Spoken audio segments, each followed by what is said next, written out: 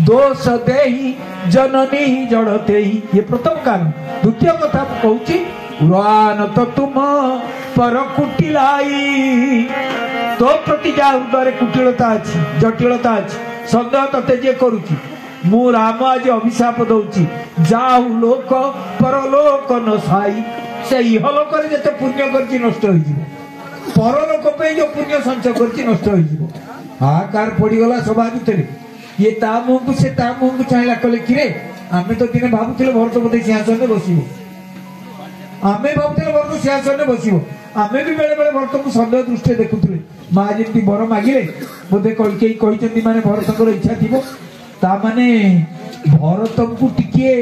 आमे सन्देह कलु बोली ए राम भक्ति जीवन जाक करूँ ये पानी रे पड़ला, आमर इहलोकर पुण्य परलोकर पुण्य नष्ट हो गला। आखिर धार धारे लोकर लुह बोला कौन है राम कि अभिशाप देले,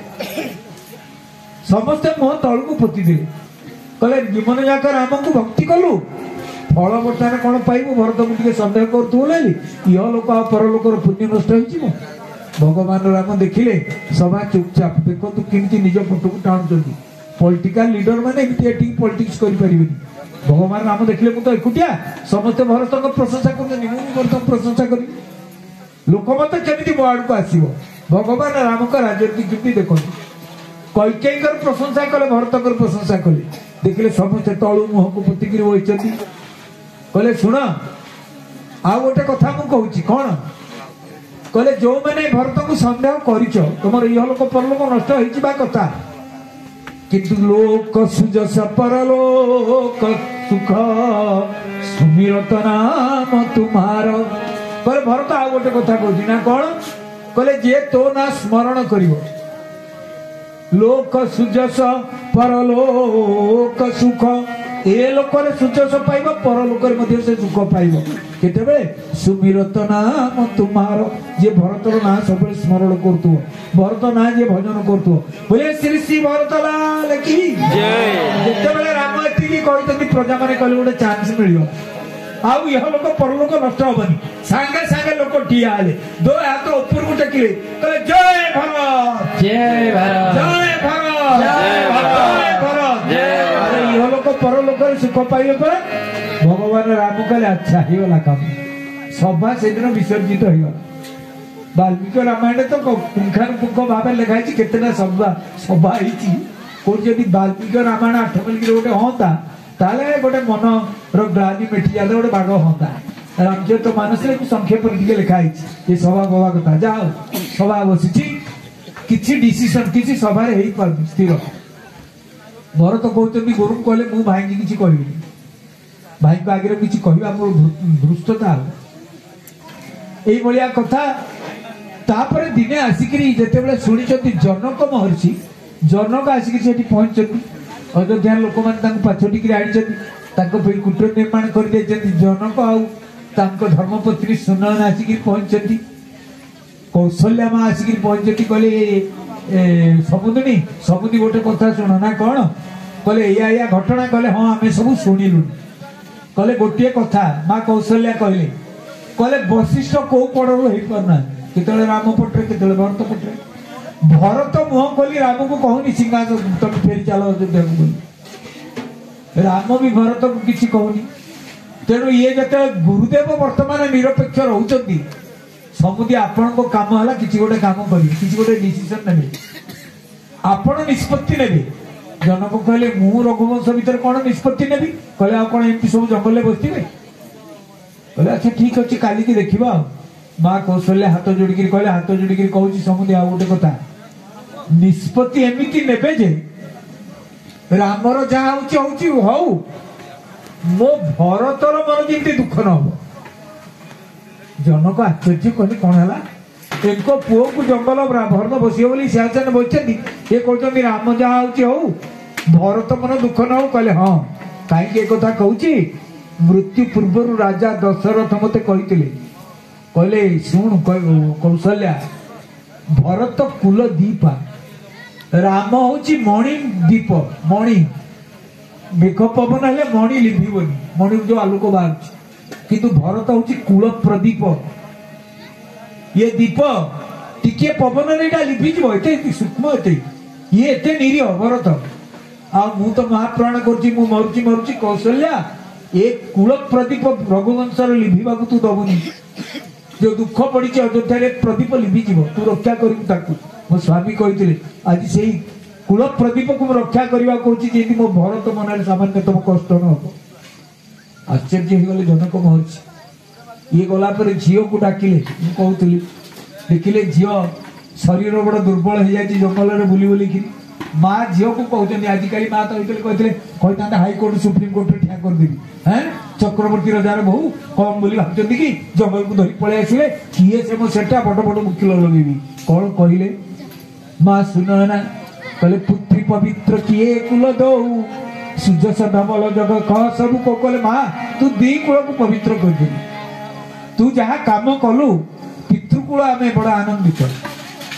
प्रशंसित अवस्था आम अच्छी आउ शाशुघर कूल को भी तू प्रशंसार पात्र कर तू जो काम कर झील किसी समय रही पुणी शाशु मान पाखक फेरी जामी निश्चुप हो जा हाथ जोड़ी माँ सुनना कहते कहले स्वामी एपर्यंत मु गोटे ध्वनि शुणी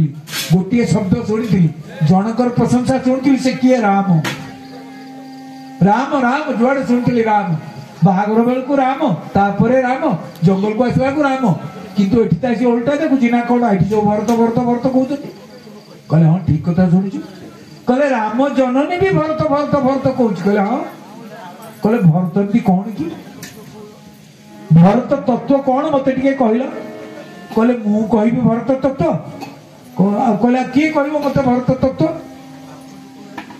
कहले भरत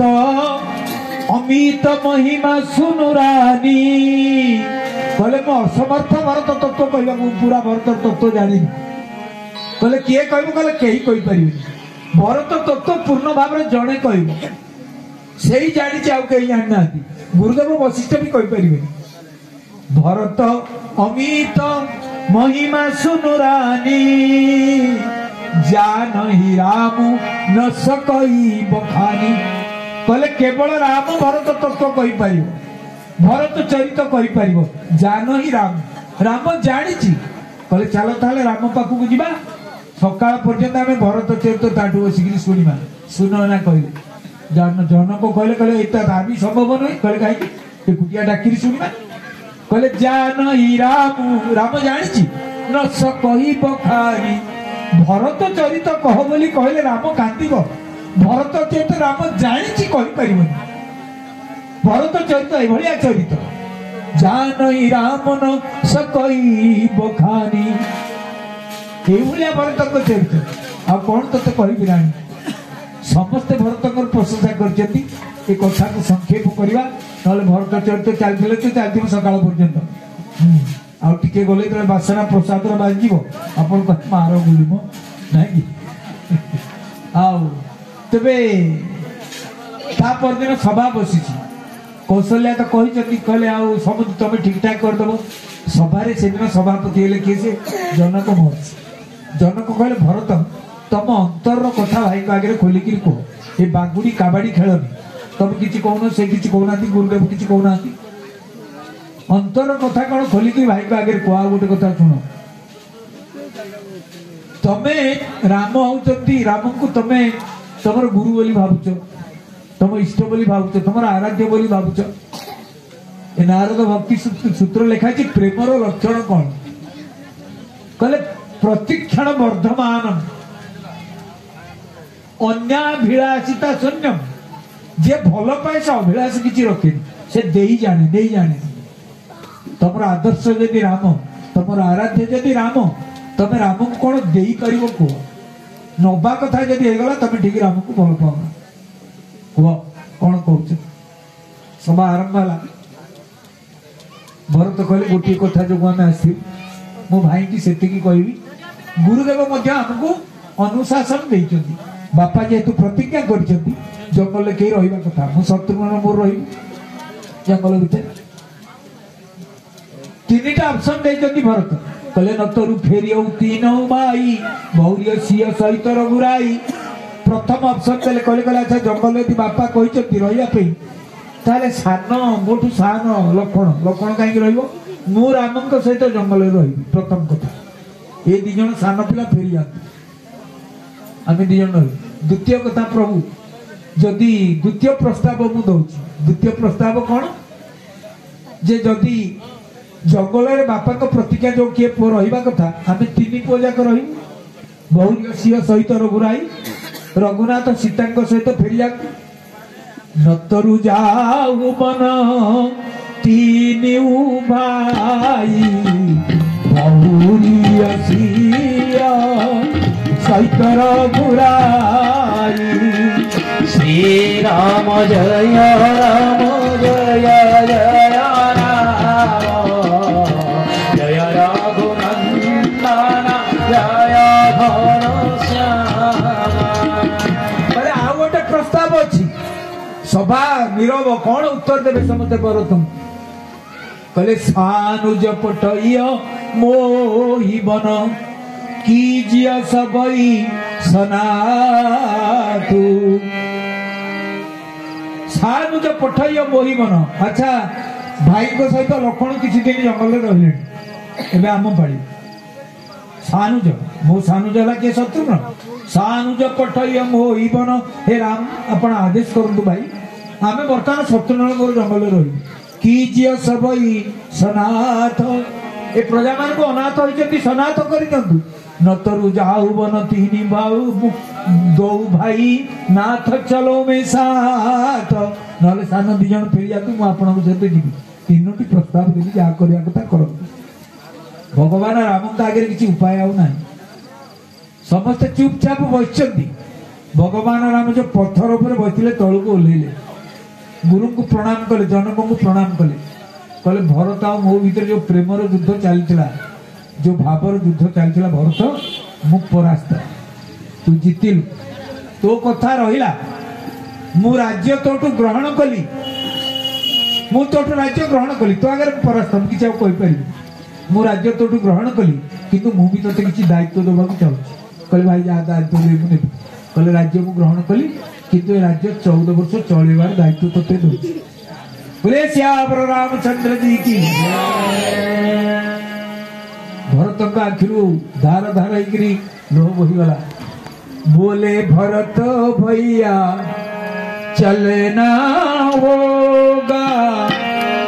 जीवन बिताना राम संग होगा बोले भरत भैया चलना होगा जीवन बिताना राम संग होगा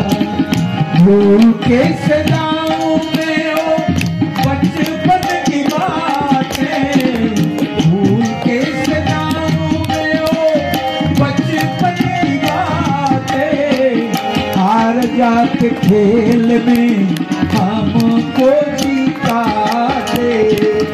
हारा हुआ बाजी अब जीतना होगा बोले भरत